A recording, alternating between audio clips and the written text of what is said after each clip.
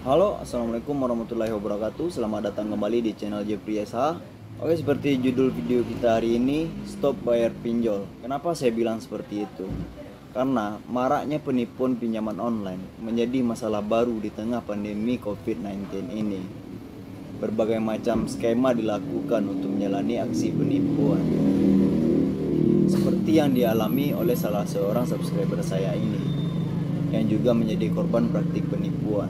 Tapi sebelum saya lanjut untuk membahas video ini, bagi teman-teman semua yang belum mensupport channel ini, silahkan disupport terlebih dahulu agar channel ini semakin berkembang dan saya lebih semangat lagi memberikan info-info terbaru tentang seputar pinjol kepada Anda.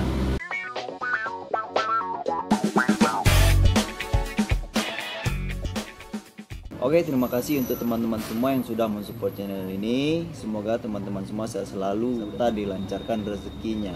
Amin amin ya robbal alamin. Gagal bayar pinjaman pada penyelenggaraan fintech peer-to-peer lending atau fintech lending yang memiliki sejumlah konsekuensi. Hal ini berlaku baik pinjaman dipinjol legal maupun ilegal.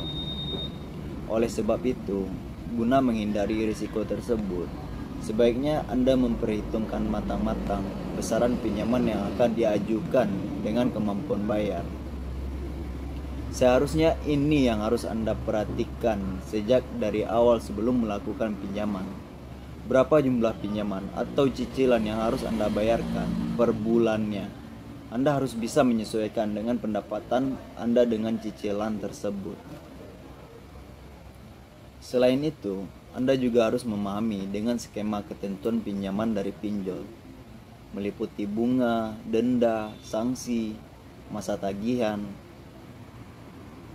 dan itu sejumlah konsekuensi yang harus Anda tanggung apabila gagal bayar pada pinjol. Berbeda dengan bunga perbankan, bunga pinjol memang cenderung lebih tinggi. Kondisi tersebut menyebabkan kerap kali ditemukan kasus tagihan pinjol yang membengkak berkali lipat dari pinjaman pokoknya. Ya.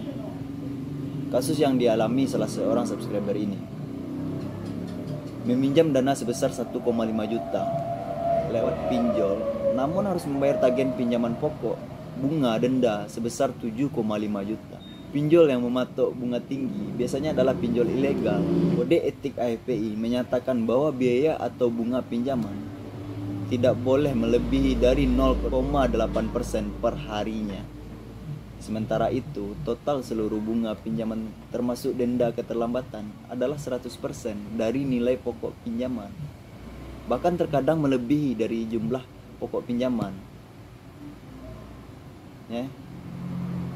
Tak hanya tagihan membengkak, Anda juga harus menerima tagihan lewat cara yang diintimidatif oleh para debt collector. Pada kasus tersebut, ia mengaku mendapatkan teror dari para debt collector berupa pesan, telepon, mulai dari kata-kata kasar hingga ancaman pembunuhan. Pengintimidasian yang dilakukan sungguh sangat tidak manusiawi, dari menyebut debitur dengan nama hewan hingga diancam bunuh diri dan menyebarluaskan foto diri. Biasanya hal tersebut terjadi pada pinjol ilegal. Sedangkan untuk pinjol legal, cara penagihan diatur yakni maksimal 90 hari dari jatuh tempo. AFPI juga tengah menyiapkan sertifikat untuk seluruh tenaga penagihan hingga konsumen yang mendapatkan penagihan secara kasar. Ia mengadukan tindakan tersebut. Risiko gagal bayar pada pinjol lain adalah informasi pribadi yang disebarluaskan. Hal ini terjadi pada pinjol ilegal. Berkaca dari kasus dari salah seorang subscriber ini, debt collector diduga mengakses dan mencuri data ponsel secara ilegal. Tak berhenti di situ, para debt collector tersebut menghubungi sejumlah temannya, rekan kerja, hingga kepala cabang tempat ia bekerja. Bahkan salah seorang debt collector membuat grup WA bernama Peduli Hutang yang berisikan teman-teman sekantornya.